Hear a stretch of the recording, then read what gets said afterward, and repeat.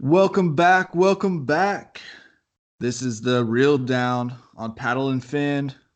We got an exciting guest for you tonight. Epic guest. It was a jam-packed weekend. This is going to be a jam-packed show. So buckle up. It's going to be a good one. How you doing tonight, Daniel? Doing good, man. How about you, Sam? Tired. A little tired. Yeah, It's I been believe it. You had a big weekend. we did. And a successful weekend too. So I'm sitting here looking at a literal truckload of food in my garage that was donated during the Turkey Bowl. I couldn't be more pleased with how our anglers showed out here, and I'm excited to get to work on getting this food to some needy families this holiday season and blessing some people. Very So, cool. how was your weekend, man? Good. Just family stuff. No fishing this weekend. I ordered some new NRS Champion rain gear, and I sold my old stuff, so I'm waiting on my new stuff to come in. Hopefully this week. Nice, nice, nice. Well, without further ado, why don't we go ahead and introduce tonight's guest? Let's do it. This week we have Steve Owens. He's a tournament director for Tennessee Valley Kayak Anglers of Chattanooga. Was a tournament director for the Native Tournament of Titans on Gunnersville. Uh, that was this year, and he just competed in the Hobie Tournament of Champions last weekend. So one of the most respected men in kayak fishing, and if you fish against him, he'll probably take your lunch money, Mr. Steve Owens. Welcome. Hey guys, how y'all doing tonight? Good, good. Thanks for being on show. Hey, thank you. Appreciate the kind words. So Absolutely. yeah, so first tell us about yourself, Steve. I know you live right there outside Chattanooga. What got you into kayak fishing? Well, I grew up fishing on Nickajack with my dad, and my papa, and everything, just out of a John boat or a V bottom aluminum, and then over the years they passed on, and I kind of just got out of fishing, and I'm from Marion County, Jasper, Tennessee, and so I moved up here to Soddy Daisy when I married my wife, and I was fishing from the bank, just crappie fishing, and one of my good friends, Ryan Lambert, had sold his duck boat and just decided, I'm going to get a kayak so I can just slide off in the water and do a little duck hunting and fishing with his daughter, who was probably about 3 or 4 at the time. And, he's an outdoorsman. And I found one, or he found it in Asheville, North Carolina. And we left Chattanooga one evening and car topped it with rope and drove all the way back here to Chattanooga. And I fished for about a year pan fishing, and he got into the tournament on a whim and had a blast. And so I bought some bass stuff and hooked one on purpose. And dude, after that ride, that was it. I was ready to go. And, slowly got into a few local Chattanooga bass yackers when they were around tournaments and fell into taking over TVKA after part of the first season. And it's just been fun. Just nothing like hooking into any kind of fish in a kayak. That's right. So how long have you been fishing out of a kayak then? This made the no, fourth season, I think. About 4 years, 4.5, something like that. So, And what are you fishing out of now? I know you're on a native pro team.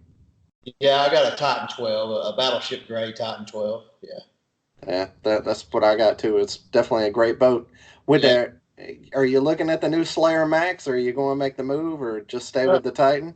Beat me I'll to need it. to back up because around here locally, we get people wanting to just get out and try it. And myself, Lambert or Daniel Davis or somebody will meet up with them and take them out. And then, my son fishes with me some, and, my wife will get out and splash around a little bit. So I typically try to keep two, and that Slayer Max will be perfect for, just throwing it in the back of the truck instead of having to haul a trailer around. And actually, Lambert and Chase Tanner are headed to do a shoot in the new production models this week in it. So that'll be coming out pretty soon. I think they're down in Miami doing some peacock bass and Fellsmere and Mm-hmm.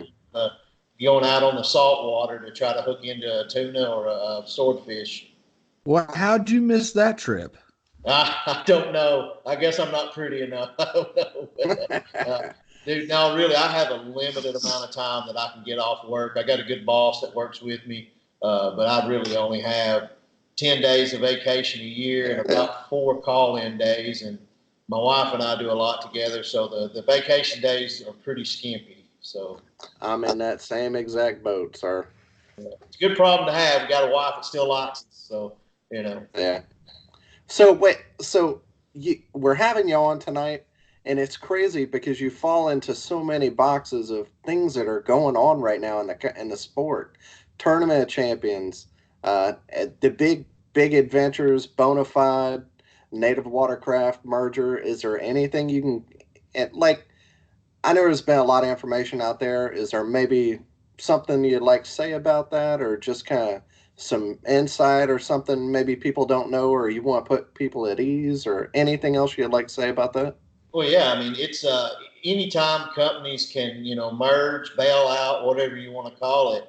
I'm from a working class family. I'm in maintenance at a cement plant now. Amen. Whatever it takes to keep people making kayaks means multiple people are affected and they continue to eat, and that's always a good thing. The insight I'll give is something that people, I mean, they should assume it, but they always assume the other. Really, there's not been a lot discussed about the kayak world other than streamlining and manufacturing kayaks at a better cost return investment. As far as staffing, anything in the future like that, that's not been touched on yet, simply because of the dynamic of having to figure out how to make kayaks so people can keep jobs. So you hear a lot of chatter. You hear, all kinds of examples and assumptions, and just flat out, none of them are true right now. They're just not.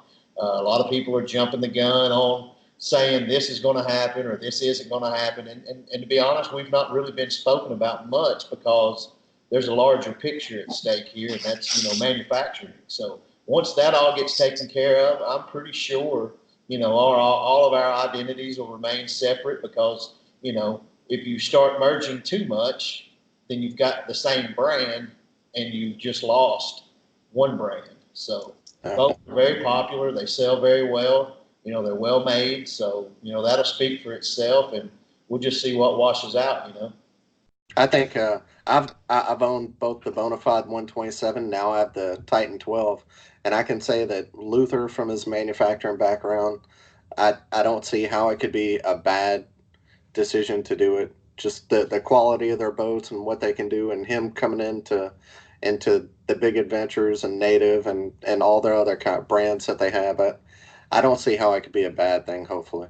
Yeah, I don't either. I mean, you're always going to complement one brand with the other and vice versa. But, if you start changing complete identity, then you lost what actually got you there in the first place, which was two successful kayak sales, platforms. So I see it kind of, in just my opinion, and this is not any type of insight, staying about the same. And, everything that will affect anything will kind of just be in-house. I think the staffs will basically continue to operate like they do because it's obviously successful. Yeah, I think it's interesting. We've got this merger. We've got what's going on with Jackson right now. Transitioning into this Jackson Adventures thing, and very similar from my take on it. It's really more about the processes and the people and the inner workings than it is so much about what's going on the consumer end. But I just wonder, will we see more of these mergers and consolidations? And then, what does that look like in a year from now or 2 years from now? How does that start to impact the market on the consumer end? But I think you're dead on by saying, hey, let's not jump the gun just yet, because I mean, this is very much in the infancy of what's going on here with Bonafide and Native, and who knows when those guys all get together in that boardroom and start putting their heads together, what kind of greatness is going to come out of there? Because like you said, we've already got two amazing brands. So I think it can only be positive if you look at it from that level.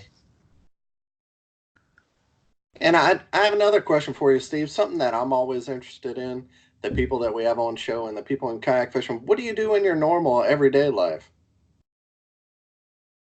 Is it something with safety?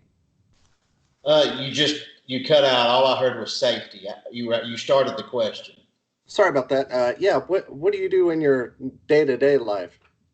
Oh, okay. Yeah, I'm basically what they call a lubrication technician in maintenance. I go out and we're a cement plant. We mix rare earths and make concrete, dust, powder and everything, cement.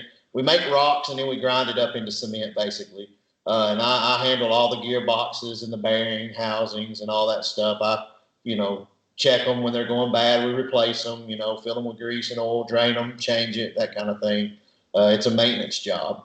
But since I got out of school, I was a reactor operator in chemical plants for 20 years. And then we had a plant shut down and I took a year off work. I was going to go to a little college here and get into instrumentation. My wife works at the nuclear plant up here. So I was going to get in maintenance there, but I was going to take a year off thanks to her, and I was just kind of piddling around and wasn't even in kayak fishing yet. I just, I buy and sell guns and vinyl albums and stuff like that. So I was basically just hustling around for a while. And a good friend of mine talked me into coming in and meeting his boss. So I sold Mack and Volvo trucks for a while, little big rigs. And then when I started kayak fishing, I was car topping first was a native FX tandem. And then I got a Jackson big rig and I was car topping it on a Lexus ES 300. Good And Lord.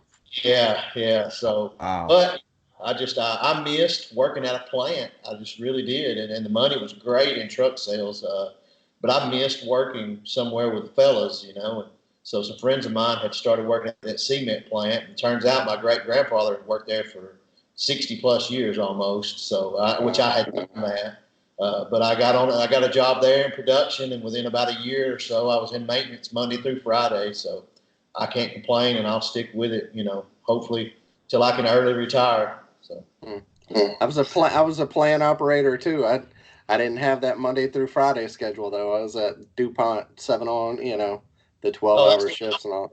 plants. I worked 3 on, 4 off. I worked 7 day swing. Worked 4 on, 4 off. Yeah, murderous junk's what it was. But yeah. Well, cool. It's interesting to hear what you actually do besides this little fun sport that we have in common. Yeah. All right. So the big question, you just came from it. The Tournament of Champions, Hobie Tournament of Champions. Everybody's interested and wants to know more about it. Wait, you ended up in 22nd, is that right? I think it ended up being 28. Yeah, 28. 20. I mean, still, just to get there against all them hammers, I would have been, oh, I've got an invitation and I probably, my wife won't let me go or something because I'd be afraid to fish against all those people. Yeah. But just to get there was an honor and doing so well at the Gunnersville tournament. So give us a recap. Tell us anything you want to about it.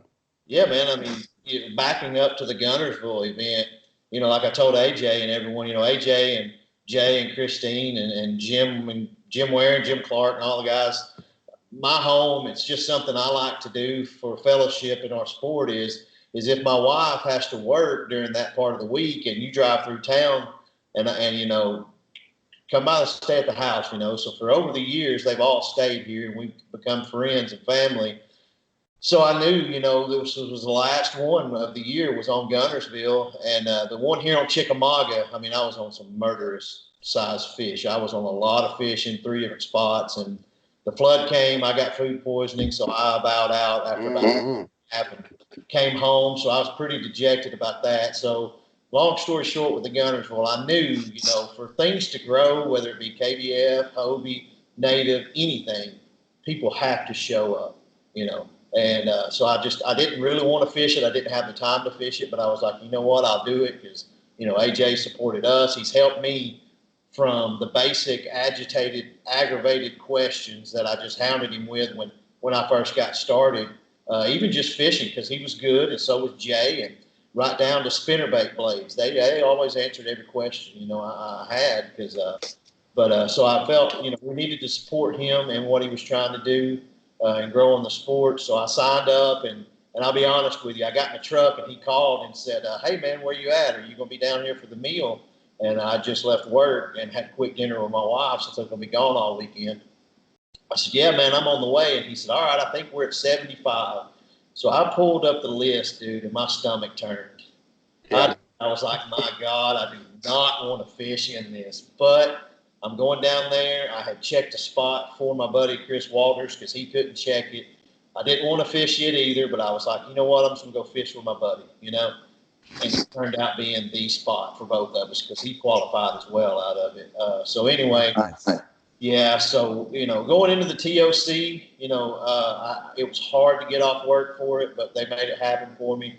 Didn't have a lot of time to pre-fish, so Ryan, myself, and Terry Golden, another gentleman, he qualified on Chickamauga. He's one of our, you know, good anglers with TVKA. And Chris Walters, he drove down with his family. And then we also had Jordan Marshall, who won our Angler of the Year 2 years ago. He finished fifth.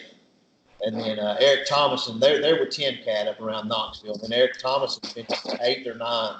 They fish with us here a lot on Chickamauga. Our two clubs do intermingle quite a bit.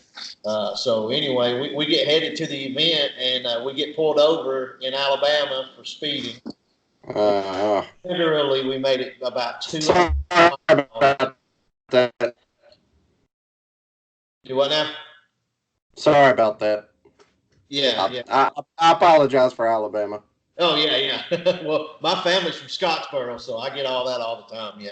But we got pulled over in Decatur, and we made it about 2 miles into the next county, and we got pulled over for no trailer lights because a fuse blew in his Dodge Ram.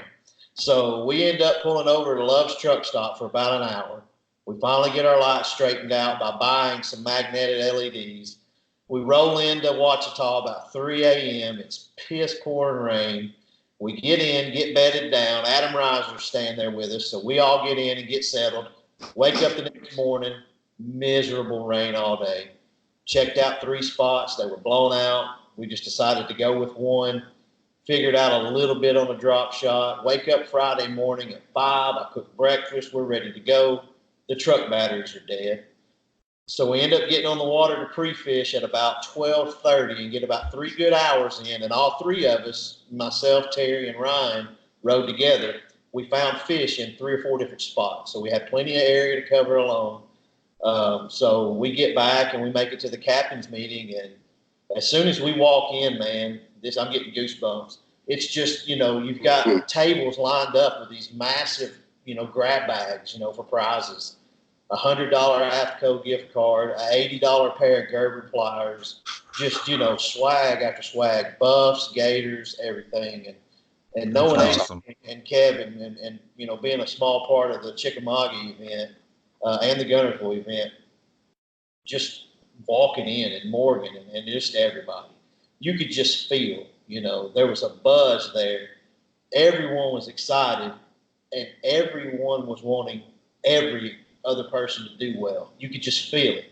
We all wanted that crown, but you wanted everybody to finish well. You just had that feel about it. And so, you know, we get out there on day 1 and my fish were still there. And it sounds stupid, but I was fishing a brand new technique. There were suspended fish in 30 foot of water, but those were the only fish that I knew where they were. So early on, I got a few quick fish on a Ned rig, you know, just let the pendulum down. I'm a jerkbait fisherman. I got 4 or 5 on a jerkbait. Some of them weren't keepers, a couple of catfish. And then, you know, I finally figured out that bite. I had to wait 5 to 8 seconds between jerks on that bait, and that was painstaking. With 20 minutes left, I hooked in to a really, really nice one with about 8 minutes left. And she came up, and I saw one hook in her jaw, and my drag was skin tight, and she pulled out. So that was my keeper. If I'd have had that 112-incher, I think I would have listed at 8 on day 1. Yeah, so I was pretty shaken up, but I made a few more casts and hooked into 2 more, and they shook off. I don't know. They just come unbuttoned, you know. So day 2, we got out there, and you know, with 5 fish, I could have gotten a check. We knew that. So they went their way. Ryan did a little bit of filming, you know, and the fog was so thick. In my bite, I had to see 2 different pieces of land and make an L shape, and where those 2 lines connected, that's where my fish were. But they were facing south, and if I cast it any other way, I couldn't get bit. So I had to keep scanning over them to see them because I couldn't see my land masses. So for the first 3 hours, I was on top of my fish all the time, and I spooked them. Because you would watch them video gaming, they would swim 3 foot under my kayak and then go back down. And, as Iaconelli said in one of the little clips during the Hobie event, as it gets brighter during the day, they'll start getting more skittish, and they did. So I got a pretty bad headache. I went on to the bank for about 30 minutes and, got my bearings about me and got something to eat. Got back in, and the fish were like in a foot of water and, up there in that good sunlight. And I was able to get 2 keepers with about 4 minutes left. So that got me my 4 fish, but I couldn't get that 5th one. So it was tough. It was very tough on a lot of people, but I'll tell you the truth. Those 4 days, I think I learned more than I did this entire season about fishing. I just so much clicked being on that lake, having to hunt for your fish, scan fish, 2 different styles. Style I wasn't familiar with at all, a very tough style, and I had success with it. I didn't do anything to mess myself up. I fished clean. It just, it wasn't in the cards. Those fish came unbuttoned. So, it is what it is, and that's how it all played out for me. But each day, man, the captain's meeting, we had a Subway. We came back after day 1, and, I'm an Alabama fan, so the LSU game was on, and Jay was in there riding me about that a little bit. He's, big Blue fan, but there was catered in barbecue, mashed potatoes, potato salad, green beans, biscuits. So we stuffed and gorged there, hung out, had a good time. Sunday, we make it back to the check-in, and they did a good job. Typically on iAngler and Tourney X, you can figure out what's going on, a little bit. You couldn't. We sat with Thomason and Marshall, and Thomason was sweating bullets because he didn't know if he had made the cut, And when they called him up there, you can read his face like a book. He was just like a sheet. He was just like, and so he was wondering, am I 10th? And then they announced 10th. Well, am I 9th? And then they announced 9th, and that was exciting to watch, being friends with them. But that meal there, dude, was country fried steak, green beans, mashed potatoes, rolls. They hooked it up, and they wanted you there. Yeah, you qualified there. Their job to put on an event. They wanted you there. It's just like you were at their home, So it was a good time. Very cool. Very, very cool. Yeah. I mean, just looking at some of the numbers, what an unbelievably tough event. Only 18 out of 50 people had a 5-fish limit both days. Yeah. Yeah. That's got to be, in my opinion, that lake is there's so many different ways to catch fish. But it being the fall time with such clear water, and this time of year, there's plenty of little shad, little minnows, probably the little green minnows. I don't know what they call them there, about 3 inches. They were everywhere. There's so much for them to eat right now. Like Ryan and them on day 1, they found tons of bait fish with fish, but those fish just weren't eating. The fish that I found didn't have a lot of bait fish. So I think if you put something in front of them, they would eat it, and that's where I got lucky. But I think that clear water, it played a whole lot into it, So basically, when you're throwing a spinner bait and they're full, you just got to make them mad, put it in front of them over and over and over. And that's what makes Jordan Marshall so good, is he's a heck of a spinnerbait fisherman. He's very, very patient, He's a lot like Garrett Campbell that fishes with us. They both can just, you may hate, Jamie Dennison taught me this pretty early. He said, if it's what they're biting, I don't care if I hate it or not. I'll sit there all day long and fish it. And that's something I learned, and that's what got me into jerkbait. I didn't like it, but I knew here on Chickamauga in the wintertime it would catch fish. So I learned it, and now it's my favorite way to fish. everything you're saying right now, I think is a key point to what makes traveling and fishing tournaments so valuable. So I think most people watch or who listen to our show are tournament anglers. That's why they're listening to recaps and listening to, our guests talk about tournaments. But I think a lot of times guys, and there's a lot of reasons why guys don't travel: money, a schedule, work, family. Is it worth it? But we always talk about how much money can you win and all that, but the experience that you get when you travel outside of your home waters, outside of your state, is invaluable. I mean, you were talking about how you learned some techniques that you've never tried before. Every water I fished this year, pretty much, outside of the state of Indiana, was new water for me, and every single one of them, I expanded on my knowledge base. And it sounds like you did that here as well. And I think that's something that people need to consider when thinking about, hey, am I going to travel to do a tournament, a few hours away or in my next state or something like that. It's more than just the entry fee and the prize pool. It's the experience that you can take home with you and use in every tournament thereafter. Yeah, you're right. Like I directed the KBF events on Chickamauga and Gunnersville. The first year I did, my very first one, as a matter of fact, here. And to be honest with you, what you touched on different reasons why people don't travel and this and that. Man, I fished 3 tournaments, I believe, 4 tournaments. And Jordan Marshall called me. We've been friends for, when I first got into fishing, even though he lived in Maryville. We just connected over jigs that he made, and I'm a Yankees fan, so is he.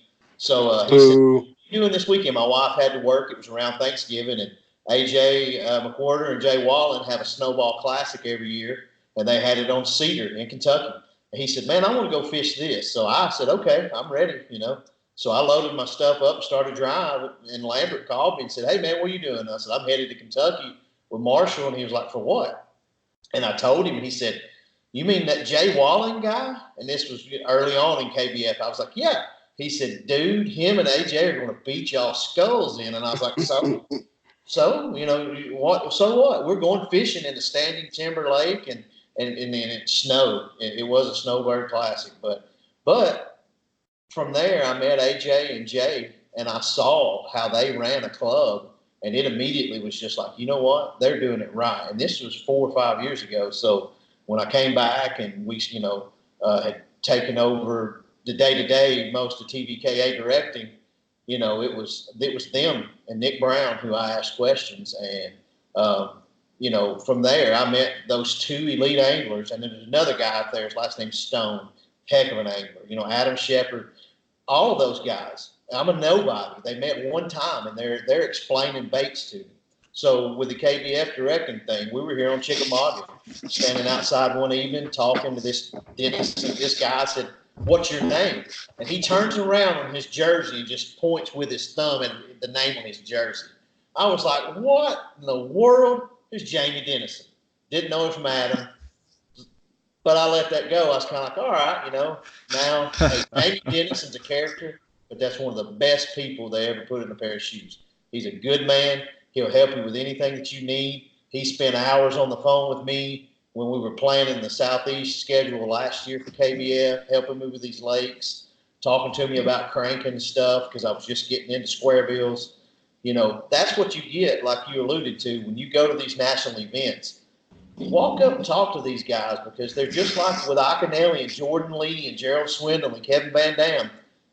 Most of those guys are just as chill as you are, and they enjoy talking about it at length. And to this day, Jamie Dennison is one of the first people I ask anything because he don't care to answer it. And if it's stupid, he'll tell you it's stupid, but it's because he cares about you. So that's what you get. So just show up, pay your money, and you're paying for lessons, basically, and it works, because that's awesome. I'm a good fisherman, but I'm not a good tournament fisherman until this year. And I just learned things from like the guys staying here at the house, about how to, because I get excited. I'm excitable.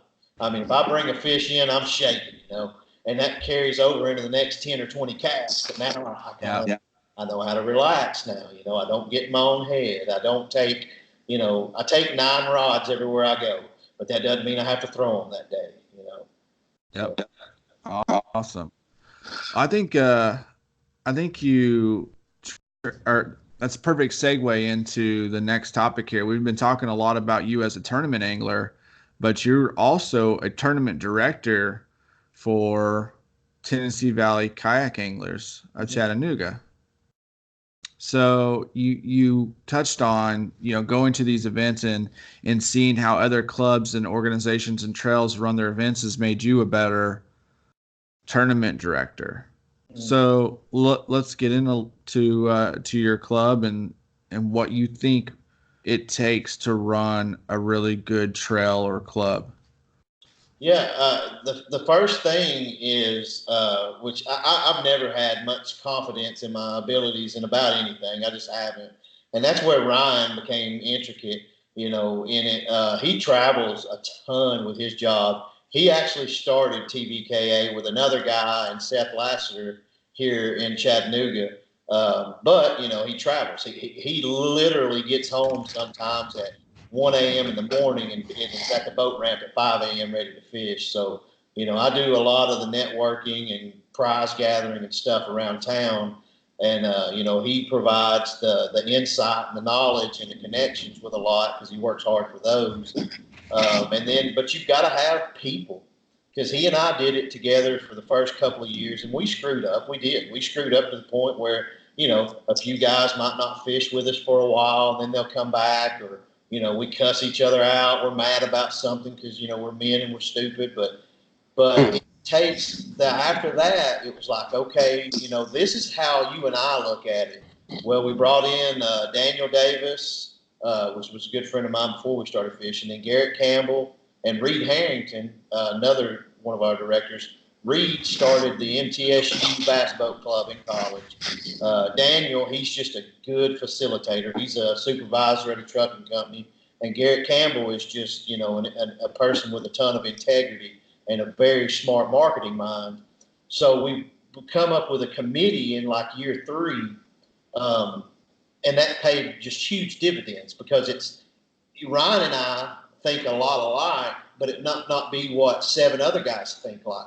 Those guys might think like Garrett. 3 more might think like Daniel. Well, the next thing you know, you pleased everybody just about, the impossible thing to do. And we do in large part. About the only differences we may have sometimes is like we're doing a tournament on Del Hollow this weekend. We start in November with 2 events, then take off until February, fish February, March, 2 every month until the end of June. And then we're off most of June, July, August, September, and half of October. So all the good summer months for your family, you're done kayak fishing unless it's just for fun. Our season's over. Our state championship's in October. Our field has been set for 5 months. So we like that. Now, that took some adjusting because a lot of people don't like fishing in the cold.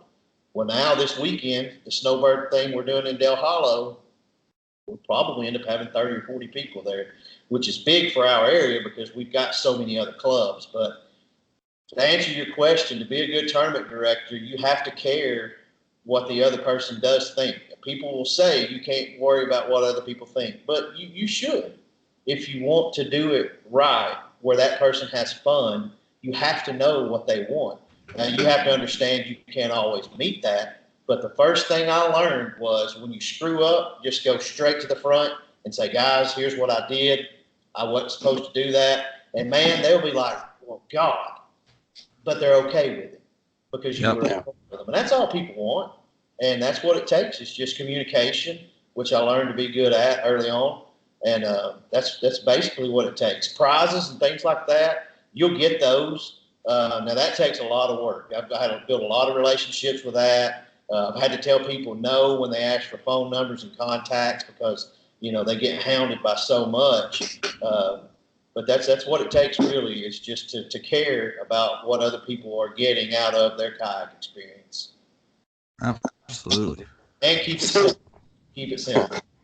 Seems like with the the last tournament director we had on last week, that the consensus and having a group of people making decisions rather than just one person, it seems like that's where we're starting to hear a few things that are consistent between what you're saying and what he was saying, and being successful and having a good group. And that's definitely what I'm having some other people and accepting feedback and taking responsibility, that those three things are definitely things you have to be to have a good series or a good tournament or a good club. Yeah, it'd take a lot of stress off of yourself, because every club that in the country has one person that's kind of generally at the front, just which is what I do in a lot of aspects of it, because I have the time to do it. My wife works Sunday, Monday, Tuesday, Saturday, Sunday, Monday, Tuesday, so I get 2 or 3 days in a row there where I see her in the evenings, and then I have my free time. My son's grown, so so that's what it takes. So I have the time to do a lot of that. And there's a fourth point to it, is to not care if you get credit for it. It's kind of like the Bible verse that talks about you give love and don't expect anything in return. Then if your motives are true, that kind of thing comes back to you full circle. And that's the way it is with this.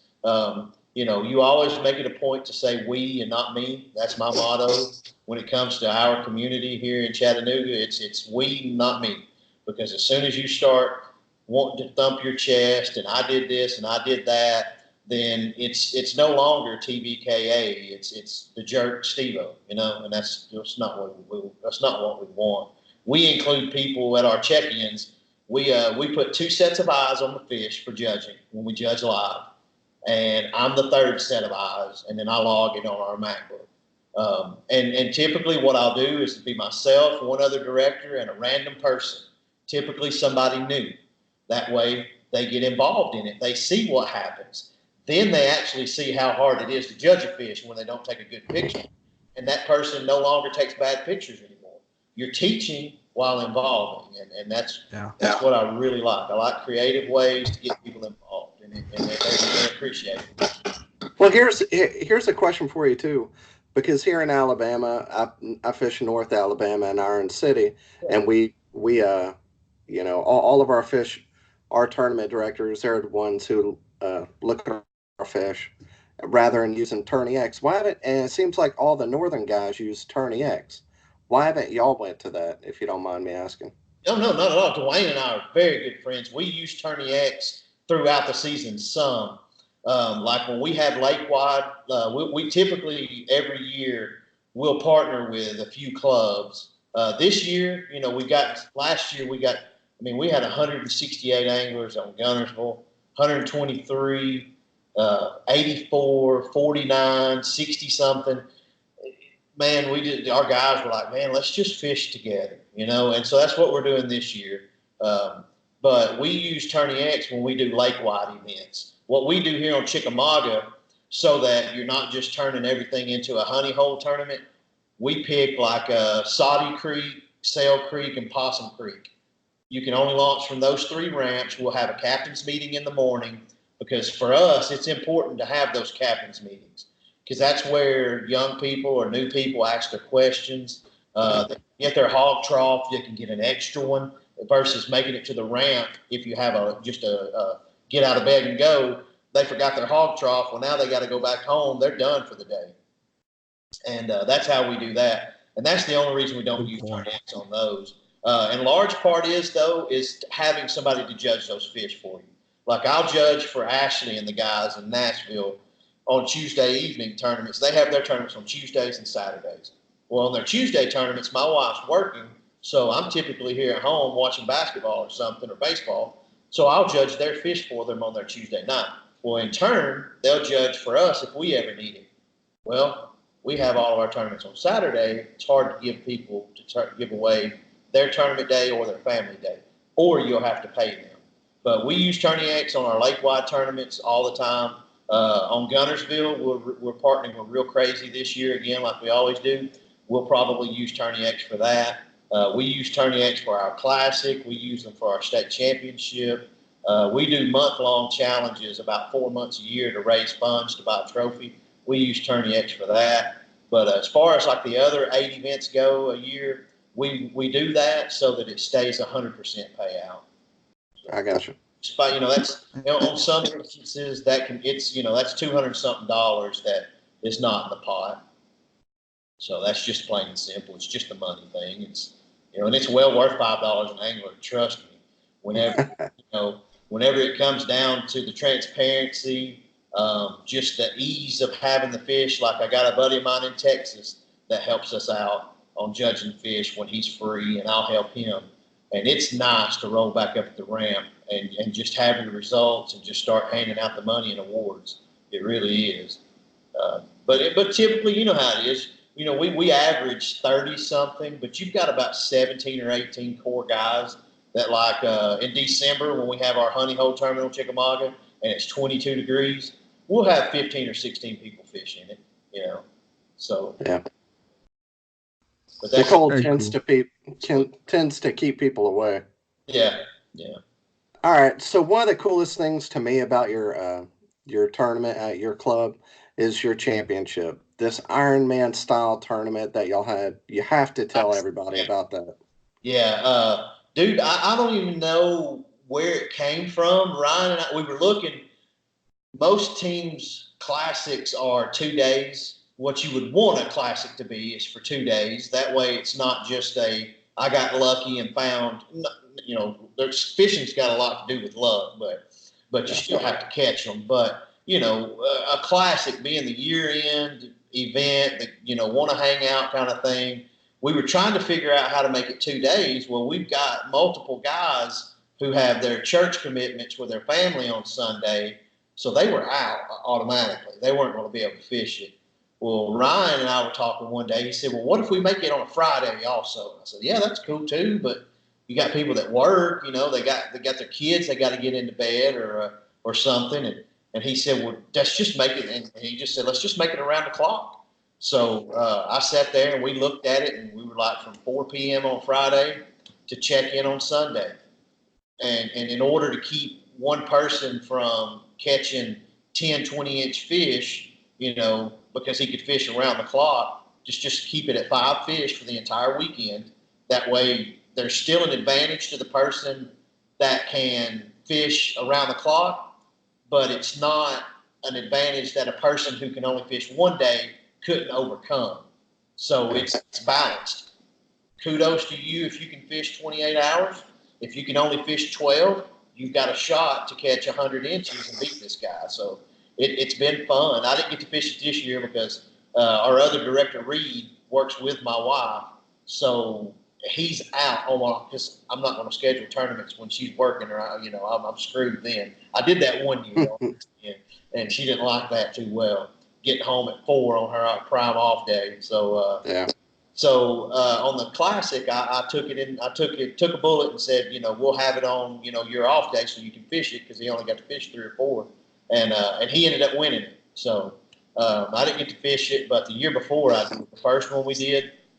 And man, it was nice. It was nice. It was. You got to learn game planning too, because that first night, buddy, we were ready to go.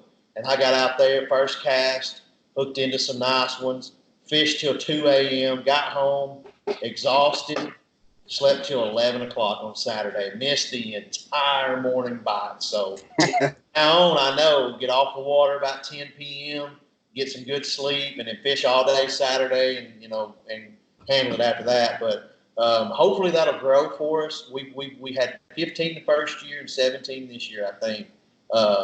But time of year this year probably hurt us because they dropped here on Chickamauga, they dropped the lake level to a winter pool.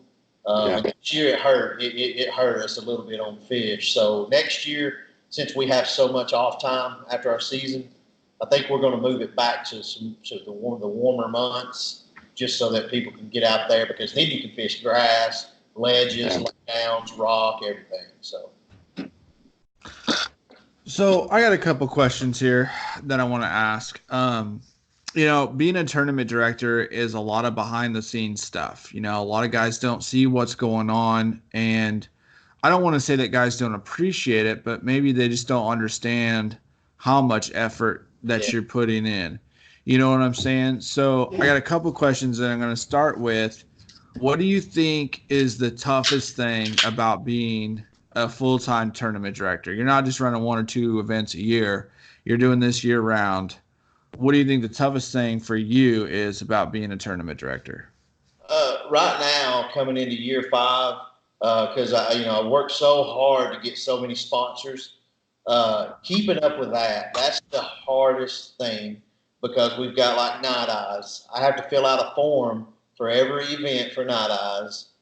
Same way we Yak Attack. We got Hog Farmer Baits here in Saudi Daisy, who makes probably the best Alabama rig ever made. He's Air very jigs. to Scott Schalker, but I have to go pick those up. Sportsman's Warehouse is our title sponsor. I have to go pick those up. Now Daniel Davis and John Ferguson and Garrett Campbell, when they're around, they'll pick up some of that too. And Southeast Tackle, which is Brian Batka, he works for Hog Farmer as well. He does good about bringing stuff to my doorstep. But now we've got Yeti, Spro, AFCO, so it's that's the hardest part is the organization of it. I've got everything on the spreadsheet, all of our tournament results, and it streamlines it and organizes it by weight, inches, and everything. But that's still when I have to go back over and double check that 2 or 3 times. That takes me an hour. Like I got to do it tomorrow for the next season. It'll take me probably about 2.5 hours to put it together, proofread it, go through, enter in some weights, some lengths, so that I can make sure it calculates right, and then at the end of the year, keeping up with state championship qualification stuff, and I'm kind of de facto KBF ambassador too. I keep up with who from the state has gotten in on that end. It's not all the way streamlined on their end just yet. So that's a pain in the head. But so I think we had like 39 people qualify through our club this year. And there's a lot of cross pollination, and heck, 4 guys from NACA qualified with us in one of our events down there. Bubba Jones and them cracked our head earlier in the year down there. I think the top 4 out of 5 was them. So yeah, that's probably the hardest part. Just the keeping up with the sponsor prizes and the organization stuff. But Daniel Davis does a great job for CAST keeping up with our attendance policy. So Okay. So now that people have kind of heard that and have a little deeper understanding of what it is you do, why do you do what you do? man, I don't know if it's part of it's just obsessiveness. I do love it. I love the fishing. I love people calling and saying, hey, my next door neighbor just bought a kayak. He wants to come fish with us.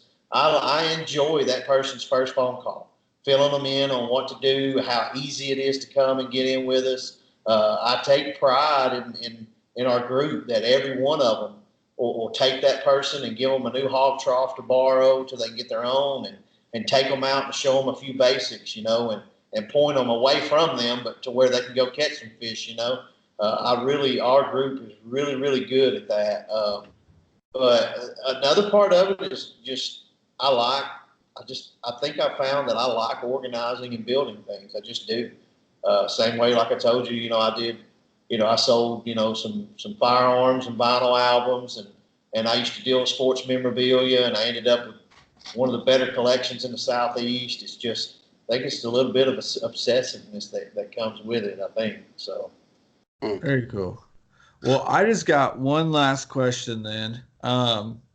If there was one thing within the kayak community that you could change right now, maybe something that's thought of negatively right now, what would that be?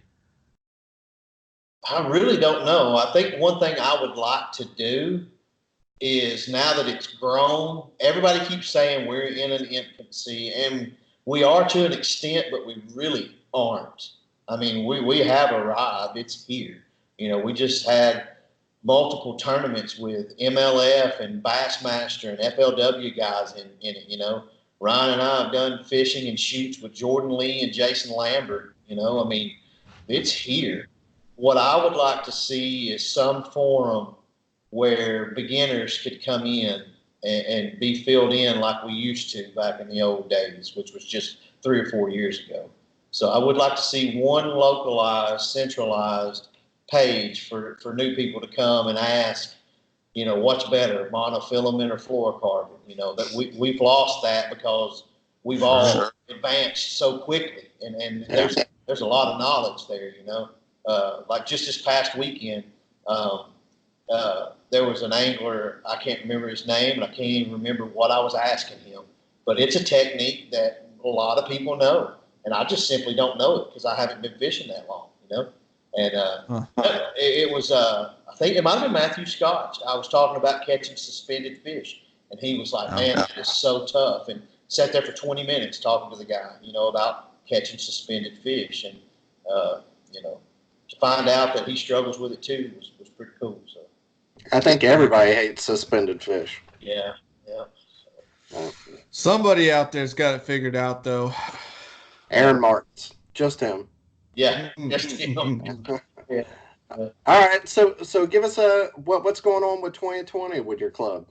With us, again, I haven't talked to them specifically about it, but since AJ and Jay don't have their bluegrass kayaks anymore, we have an event on Del Hollow in November. Well, like I said, this coming weekend, and Jay's coming down to fish it with us. And every year they had a snowball classic, and so far we've had 3 November events, and every one of them has a really good attendance.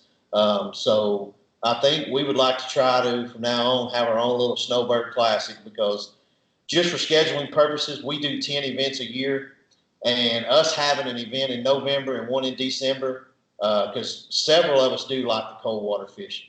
And we are 2 hours from Gunnersville, Timms Ford, Del Hollow, Altoona. We're 2 hours from everything. We've got it made here on Chickamauga. And in December, you'll catch 10-pounders here. State record was caught in January, I think. So cold water, ugly fishing, you might not catch a lot, but you'll catch a beast. And a lot of us enjoy that. So that's here to stay.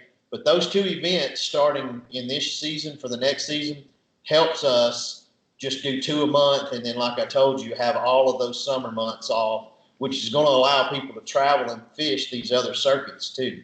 Because that was our nightmare 2 years ago, was scheduling Hobie and KBF events around our own. And now we don't have to worry about that because we get finished early enough. We work around them. We've got a large, massive bass boat population on Chickamauga, from the pros down to our local Chattanooga Bass Association. There was one tournament we had, there were 700 boats on our lake, and it's not very, very big. So that's what we got going on. We'll have a November, a December, the end of February, we'll be back on Chick. We're doing 2 events in March on Gunnersville so people can get pre-fishing in for the national championship the first weekend of April. So we're getting ready for that. We'll only have 1 event in April. Then we'll do 2 in May, 2 in June. All of those will be on Chickamauga. And then after that, we'll be off until October. TVKA, the Knoxville club, they host the state championship this year. And that state championship, what that is in Tennessee, we have a governing body called Kayak Angler Society of Tennessee. That's CAST.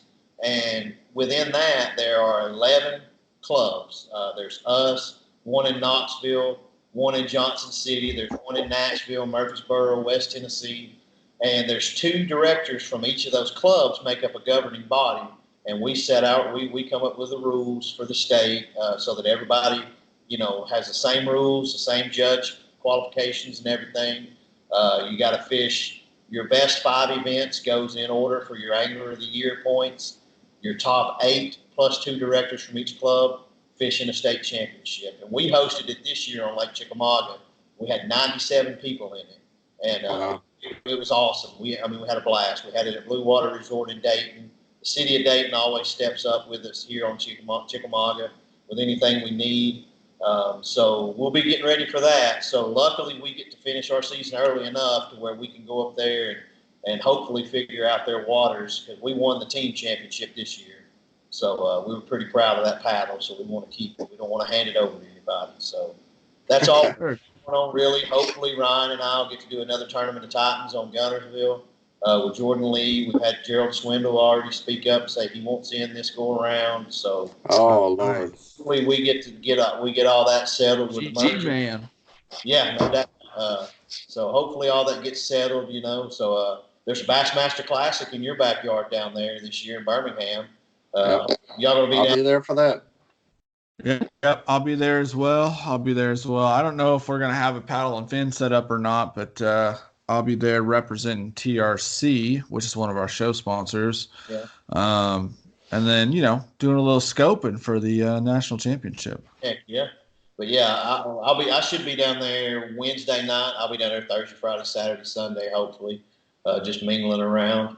But that's about it for the club, and just continuing to try to grow our field of sponsors, because I do it in my mind. I did it at first with prizes. It was like a badge, a merit badge. Well, we've got this sponsor. They look at us now. Well, then it showed me very quickly that what that does is it shows these corporations that kayak fishing is here. Like this year for the state championship, I got Yeti. Yeti came in with us, Ray Marine, they threw fish finders at us, and stuff like that, and they're like, oh, really? And so I'll send them links to all these past state championships on Tourney X and the other events that we've ran, with over 100 and something anglers in it. And that's my way of hopefully educating them a little bit, so that when the next person comes up to them, they'll be like, oh, yeah, dude, Tennessee's doing this, so we'll do it for Ohio and Alabama too, So that's great. Yeah, so that's all we've got going on with that. So, and then, of course, everybody seems to be the Hobie schedule is pretty legit. So, Yeah. It's a good one. I've been looking at my calendar the last couple days trying to figure out how many I can fish. Yeah, sadly, like I said, I only got 10-day vacation, and my wife and I are going to Alberta for 8 days, and then Cape San Blas in Florida in August. So I don't know. I could probably sneak in one, and hopefully I have another Guntersville tournament where I can get in there. So, yeah, that'd be nice. Yeah. That's kind of the boat I'm in. I'm looking at it and I'm loving the schedule, but I'm just like, I don't know how it's going to fit in. I'd love to get on Kentucky Lake, and I'd love to hit lacrosse again and have another shot at that. But I don't know. We'll see. Hopefully I can get one in. Yeah, and that's a good thing. Ryan and I were talking about people scheduling things, but, man, in the end, 100% of my tournament schedule this year was just, I think it's going to work, and it did. There was no planning on my end. I can't. I've got, family and stuff like that. It's just kind of like the weekend before I can go. So I don't get to do a lot of pre-fishing, and a lot of times I think too much pre-fishing can kind of get in your way. But yeah, I'm on the opposite end. Like, I got to schedule it way in advance so that I can get, the time stamps in so that I don't miss it, Otherwise, I ain't got a chance of getting the weekend off. Yeah. But luckily for me, it's just me and my wife. So, Yeah. All right. So last club question here, the big one, the controversial one: motors or no motors? I think if you were to have some sort of pro event where you're charging people a lot of money to come and fish with limited time to do it, I think a motor could be allowed. Local trails, we just actually voted. 22 people voted. I want to say 17 said no motors in Tennessee. And the reason I say that is there's pros and cons to it, but my stance on it is pretty simple. We've got 8 of us who can afford to buy a Torpedo or modify a Minn Kota and do it. All right, that's fine. But 3 years down the road, when you've lost interest in it, your son becomes a stud defensive end, so you've got to travel with him now. You're gone. But I'm still here running this club, and I've lost because people are intimidated by motors and won't come and fish. All right. You can't get any new people. Yeah. So, but now here's also another option. Now that a person can just take a 2x4 and put it on the back of a big rig and mount, his granddad's old 15 horsepower or whatever you want to call it, dude, then you're good. He can do that now for real cheap. But what about this? And this is what scares me to death, because we see accidents happen continuously on the water, just from not even irresponsibility, just by the sheer number of people on the water anymore. You get a new person that comes in and shows up at your tournament in a very inexpensive kayak that's not good quality. And that person has mounted a 45-pound thrust trolling motor on the back of his kayak, and you know how quickly they can tip with that thrust. He's in the middle of Lake Chickamauga bobbing and gets run over by sea-doos. That right there is what just does it for me, because it's no problem putting it on a Titan or a Hobie or a New Canoe or a Jackson, but you put them on a Sun Dolphin from Academy, and that person is going to flip. He's going to take on water, and it's just going to happen eventually. And it might not happen for 30 years, but when it happens at one time, that was too many. So that's why I can't do it. So. All right. Great point there. Thank you. Yeah. I think everyone brings a different perspective to that. Every time you ask that question, I always expect to get the same run-of-the-mill answers, and people hit on some of the same topics, but everyone always has a different, take on it. So I think it's always interesting to have that conversation. Yeah, and I've always been a person through my union committee career. I learned you have to, and it's not being arrogant, but you have to look out for the people who may not know how to look out for themselves yet. And that's what would happen for me in the new part of the sport. And in our club, I've always been the guy that goes and hollers at the dude sitting by himself at the bar. You know what I mean? Just to see what he's doing, And I meant to say lunchroom at school, but bar came up. But hey, it works. Thing, when in our club, when we see somebody new coming in, or somebody that doesn't have the things that you think they might need or something, dude, people just put it on them. They do. They're, hey bud, this will help you. And that's what my heart always goes out to, is just watching out for everybody. So very cool. Very cool. Well, we sure do appreciate you having you on, Steve. I mean, I can't think of anybody who's a better ambassador for the sport. You're doing so much for everybody, and they don't even know it. You're a hell of a fisherman, and thank you for being on the show. Hey, I appreciate it a lot. This is probably about the second or third one I've done, and dude, you guys do a great job. I really appreciate it. Thank you. Thanks, Steve. Thank you, Steve. All right, man. Y'all have a good night. You too. See you. All right, everyone. We're going to take a quick commercial break, and we'll be right back. All right, everyone. Welcome back from the commercial break. We just finished up with epic guest Steve Owens, talking a little bit about himself as an angler, the recent TOC Tournament of Champions, and the Tennessee Valley Kayak Anglers, a club in Chattanooga he runs or is a part of, and some really great stuff there. Yeah, definitely great guy, great ambassador, and somebody who can fish and tournament direct. He can do a little bit of everything. At the Tournament of Champions, the top 5 for that were, of course, Jody Queen, and he just destroyed the field. He had the 2 biggest bags at a tournament, and that was day 1, he had 85 inches. Day 2, he had 84, with a total of 169. Again, those were the 2 biggest sacks at a tournament. Second was Matthew Scotch, who had 159 and a quarter. Hilton in third with 155.5. Jackson Moore and his dad were 2 far behind, but Jackson had 152.75. And Jordan Marshall, one of our guests next week, he had 151. So it was only 18 out of 50 people had a limit, like I said earlier. So it was definitely tough fishing, and just hats off to Jody Queen. I've heard people posting that he's an artist and he's all his other things, but there is no doubt that he has a lot of respect in our industry and our sport. He's earned it over time, and he's shown himself to be just elite of the elite. To make it to the Tournament of Champions is amazing, and to with the win, $20,000 big Happy Gilmore check is just, It's amazing. And from what I've heard, I've never met the man. Seems like it couldn't have went to a better guy. So congratulations to. Yeah, Jody. Shout out to you, my man. We got to fish together at the Trail Series Championship. We fished the same little area on the first day, and man, he was hammering them then too.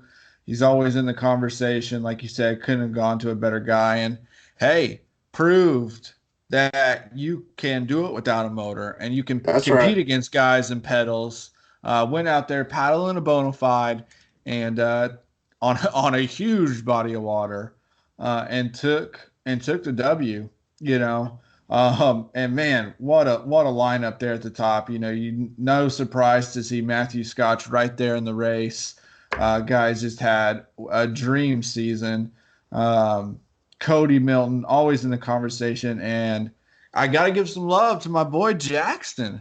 You know, being 16 years old, out there competing with the best of the best, and killing it. So representing the Hoosier State. So I'm proud of you, Jackson.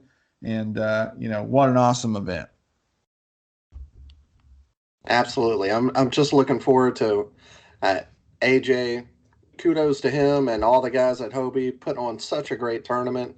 Interesting, fun to watch on the iAngler app and watch on YouTube pages, all their social media. They're doing such a good job taking feedback from the anglers, and this is what a tournament series is supposed to look like. And I'm excited to go fish some Hobies next year and just excited to see where it goes and how it can even get better than it was this year. Yeah, absolutely. Couldn't agree more right there. 100%. So tell us about the Turkey Bowl. The Turkey Bowl. Yeah, we had some of our paddle and fin guys do good in that, but tell us all about it. Yeah, man. Like I've said in previous episodes, me and my good friend Alan founded what's called Hoosier Kayak Bassin about a year ago now, a little over a year ago. And the whole ideal behind that was just to be this one-stop shop for everyone to find tournament information, to learn, more about kayak fishing and fishing in general, but really to promote the series that we have within the state and, the anglers as well, and help get some recognition around the anglers. So we got a lot of plans for that, and we're going to continue to build that. But one of the first things we did to kind of kick that thing off and get some recognition around it was called the Turkey Bowl. So we did that last year. We had a whole 5 teams. It was really kind of a last-minute decision. We ran it the 3rd week of November. Had some really bad weather, but everyone really seemed to have a great time. And it was obvious right early on in that this was something that we were going to want to continue to do. So this year we set out to really make it something special, make it a little bit more impactful to the community. So we added in a food drive. We got a lot of great sponsors involved, Paddle and Fin being one of those. Brian, the mastermind behind Paddle and Fin, he really stepped up and helped us out in a big way. But like I said at the beginning of the episode, we collected a literal truckload of food, which is taking up half of my garage right now. I have a small garage, but it's taking up like half my garage, and I'm super pumped about that. We had 45 anglers, so 15 teams show up in November in Indiana. We couldn't have been blessed with better weather. We ended up getting into the 50s. The next day, we had 3 inches of snow, and the temperature plummeted into the single digits. This morning when I woke up, it was -1 with wind chill. Yeah. So, we could, we couldn't have gotten any luckier. And that's always a risk with throwing in a tournament in November in the Midwest. This is a record-setting event here with the snow and the cold this early on. But, one day sooner, and it could. But we were blessed, and the guys really had a good time. Murphy's Craft House is where we had where we hosted the whole event. They provided us with ribs and pizza and drinks and chips and a great space, indoor and outdoor space for us all to hang out. And I mean, it couldn't have gone any better. I'm super excited about it, and I can't wait to blow it up even more. I got a goal of over 100 anglers next year at this event, and putting some more money and sponsor prizes behind it to raise even more food for families in need during the holiday season.